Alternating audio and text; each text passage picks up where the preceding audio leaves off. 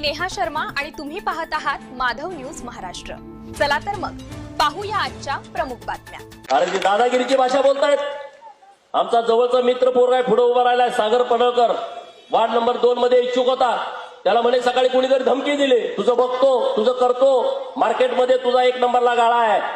अरे मार्केट कमिटीच्या जोरावरती दादागिरी करणाऱ्यांना मला सांगायचं आहे, 2 तारखेनंतर 15 दिवसाच्या आत म्हणजे तुमचं दुकान बंद करतोय आणि जतची मार्केट कमिटी वेगळी करतोय। आम्हाला धमक्या द्यायच्या भानगडीत जाऊ नका कुणी। हे जतची मार्केट कमिटीमध्ये जो भ्रष्टाचार सुरू आहे ना, अरे त्याची फाईल आता पूर्ण पुटअप झालेली आहे। पणन मंडळाची फक्त बैठक बाकी आहे। मंत्री महोदयांना वेळ नव्हता म्हणून तुम्ही वाचलाय, नाहीतर आचारसंहितेच्या पूर्वीच इथं प्रशासक येत होता। पण मी आज तुम्हाला जाहीर शब्द देतो, 8 तारखेला अधिवेशन चालू होतंय नागपूरला। मी अधिवेशनामध्ये आहे, मला दुसरं काम काय नाही। सगळ्या फायला फिरवून घेतो, मीटिंग घेतो आणि तुमचा बाजार उठवतो। तुम्ही धमक्या देता का लोकांना? तिथं चांगला प्रशासक आणतो आणि तुम्हाला मी विश्वास देतो की जतची मार्केट कमिटी नंबर 1 पश्चिम महाराष्ट्रामध्ये पुढच्या 5 वर्षामध्ये असणार आहे, नंबर 1।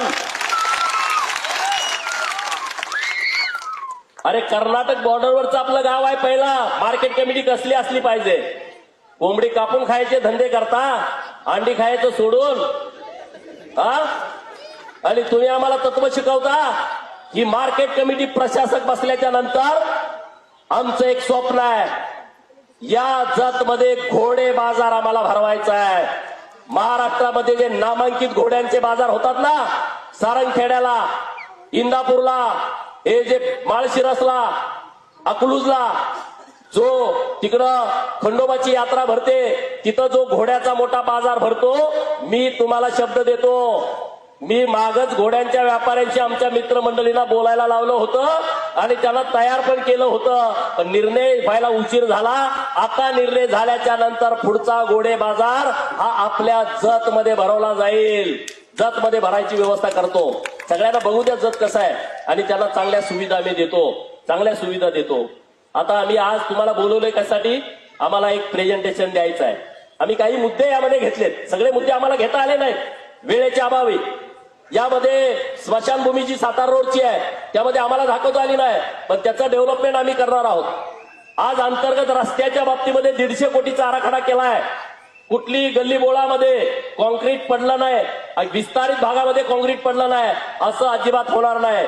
प्रभाग क्रमांक 10 सगळी नवीन लोक राहायला आलेत। प्रभाग क्रमांक 8चा पलीकडचा भाग, प्रभाग क्रमांक 7च्या वाड्या वस्त्या, प्रभाग क्रमांक 6च्या वाड्या वस्त्या, प्रभाग क्रमांक 1 मधला पलीकडचा भाग, प्रभाग क्रमांक 2 मधला भाग आणि प्रभाग क्रमांक 11चा पलीकडचा भाग, या सगळ्या ठिकाणी कॉन्क्रीट रस्ते देण्यासाठीचा आराखडा आम्ही तयार केलाय। जास्तीचं मी बोलत नाही, आणखी आपल्या सभा होणार आहे, पण तुम्हाला माझी विनंती इतकंच। अशा आणखी महत्त्वाच्या बातम्या पाहण्यासाठी आमच्यासोबत जोडलेले रहा। आमचा व्हिडिओ लाईक, शेअर आणि चॅनल सबस्क्राईब करायला विसरू नका। धन्यवाद।